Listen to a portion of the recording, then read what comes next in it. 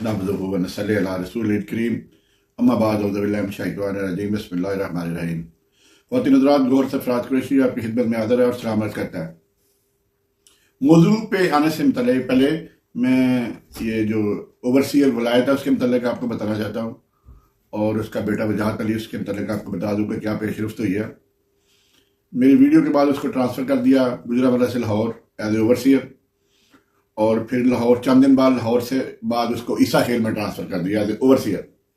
और उसके 2 दिन बाद उन्होंने लेटर निकाल दिया जी कि ये ऑफिशिएटिंग चार्ज भी रखेगा एसक्यू का 3 महीने के लिए, जब तक नया बंदा नहीं अपॉइंटमेंट हो जाती। तो ये सिस्टम की देखिए, ये 15 साल से ओवरसीयर है और इसको एसक्यू का चार्ज दिया गया है। लोगों को कहता है मैंने सारा कुछ डिक्लेयर किया हुआ है। मैंने जो इसके मतलब दरखास्त दिया है कि जी इसने डिक्लेयर तो किया है, बताएं आया कहां से है, ये पैसा इसने कहां से कमाया है। ये कच्चे घर के रहने वाला बंदा 20 साल में इसने क्या इसने किया है कि ये रपति बन चुका है। 3 इसकी ट्रांसपोर्ट कंपनी अपनी बीवी के नाम पे बनाई हुई है, 34 गाड़ियां उसके नाम पे रखी हुई हैं। ये मेरा केस है जिसकी एंटी करप्शन ने तहकीकात शुरू कर दिया है, नैब में मैंने भिजवा दी है। और सेक्रेटरी जो है वो पीएचई जो कहते हैं जिनके इसके बड़ा खिलाफ है, उसी ने उसको एसडीओ का भी चार्ज दिया। और इंक्वायरी इसकी ऑलरेडी गुजरावाला में किसी और केस में चल रही है। मेरी एप्लीकेशन पे अभी इंक्वायरी शुरू नहीं हुई, वो चूंकि मैं नैब में भी दरखास्त दे रहा हूँ, उसमें नैब इस पे पहले वेरिफिकेशन करेगी और फिर ये वहां बताएगी हमने पैसा लिया कहां से है। मसला तो ये तुमने पैसा कहां से बनाया, 20 साल से पहले जब तुम्हारी नौकरी नहीं थी उस वक्त कहां से आया तुम्हारे पास पैसा, बताने की बात तो ये है। सारा तुमने इधर रह के कमाया। और दूसरा ये है कि इनकी कंपनी जो ट्रांसपोर्ट वाले पोस्ट मास्टर जो पोस्ट ऑफिस में इसकी गाड़ी है, उन्होंने इसको ब्लैकलिस्ट कर दिया, इसकी बीवी को। बीवी तो नाम किया, सारे कारोबार तो खुद कर रहा है। कभी ऐसा भी हुआ है बंदा सर्विस से भी अपनी बीवी के नाम पे कारोबार करे। मुझे तो नहीं पता है कोई ऐसा कानून ना था इस तरह का होता हो। चलो ये एग्जाम्पल बन गई है। दूसरा वजाहत के मतलब मैंने वो डॉक्यूमेंट्स लगा के दरखास्त दिया चीफ ऑफ एयर स्टाफ को, chairman joint chief of staff को और सेक्रेटरी डिफेंस को कि ये बंदा आपके पास एज ए फ्लाइट अफसर है और ये जो है ये साथ ये कारोबार ठेके भी करता है और इसने अपने साइन किए हुए एज ए कंट्रैक्टर। तो ये तो बात वो थी। आज जो मेन मौजू है मेरा, जो अबू हसनात ने फैसला किया है, आज इमरान खान को 28 नवंबर थी, तो इमरान खान को पेश करना था इन्होंने साइफर कोर्ट में जुडिशल कम्प्लेक्स इस्लामाबाद में। तो 9 बजे एक सरबे मोहर लिफाफा सुप्रीटेंडेंट जेल साहब की तरफ, अडियाला जेल है जो साहब तो कहना ही नहीं चाहिए उनको, वैसे भी सुप्रीम कोर्ट ने कह दिया किसी को साहब ना कहो। सुप्रीटेंडेंट जेल ने पेश किया जी एजेंसी की रिपोर्ट है, इमरान खान को पेश नहीं किया जा सकता। एजेंसी कौन है? एजेंसी तो उसके पीछे पड़ी हुई है।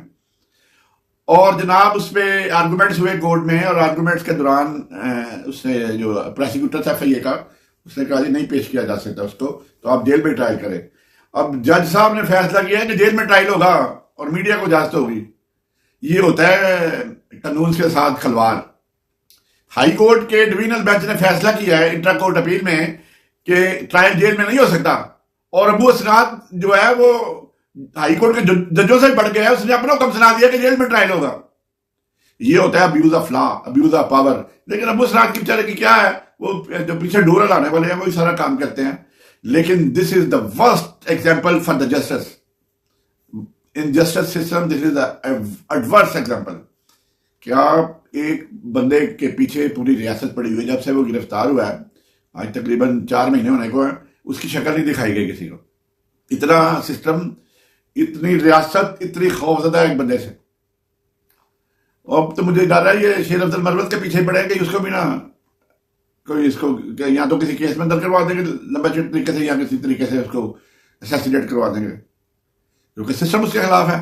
और जो सिस्टम, ये जो करप्ट बंदे हैं, ये जो सरेआम करप्शन करते हैं, जो ठेकेदारी करते हैं गवर्नमेंट मुलाजिम होते हुए, और जो अरबपति बन गए उनको तो कुछ नहीं कह रहा। उसकी विलायती ईसा खेल में ट्रांसफर होती है, पहले एज ओवरसीयर ट्रांसफर होती है सब इंजीनियर, फिर उसको एसडीओ लगा दिया जाता है ऑफिशिएटिंग चार्ज देने के लिए। 15 साल से एक बंदा चार्ज पे, ऑफिशिएटिंग चार्ज पे है। और अबू हसनात साहब कहते हैं नहीं कि जेल में ट्रायल होगा, हाईकोर्ट का ऑर्डर गया बाढ़ में, वो तो कहता है जेल में ट्रायल होगा। बस ये है कि मीडिया वाले भी आ सकते हैं। तो ये जब जिस आपका मुल्क का जो जुडिशल सिस्टम है, जो जस्टिस सिस्टम है, एक बंदे को सजा देने के लिए 70 पहुंच जाएगा, तो फिर इस मुल्क का भी अल्लाह याफज है। और अभी तो मेरे पास ये भी मुझे इतलात मिल रही हैं कि ये चूंकि देख चुके हैं केपी में क्या हुआ है, ये इलेक्शन से दौड़ रहे हैं और ये अच्छा कर रहे हैं कि 90 अरब इलेक्शन पे लगेगा, और जब 90 अरब लगा के भी आपको इमरान खान को बाहर नहीं रख सकेंगे तो सिस्टम का क्या फायदा। इमरान खान को जैसे वो चीफ जस्टिस लगा हुआ है अपना नवाज शरीफ को, अगले हफ्ते बरी कर देगा वो, अल्लाह अल्लाह खैर सलाह।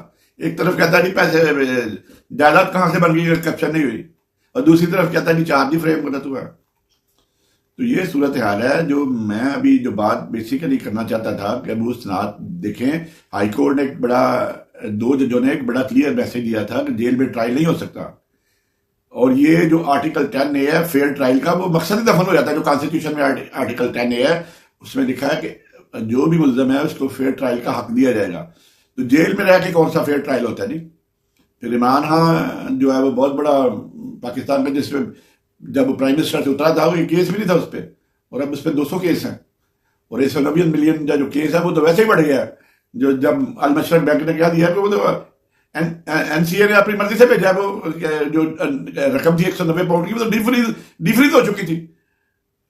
तो ये इंसान अब्बासी के भाई मैं कुर्बान जाऊं जो कहता जी केस मजबूत हो गया है, केस तो बढ़ गया, मजबूत कहां से हो गया।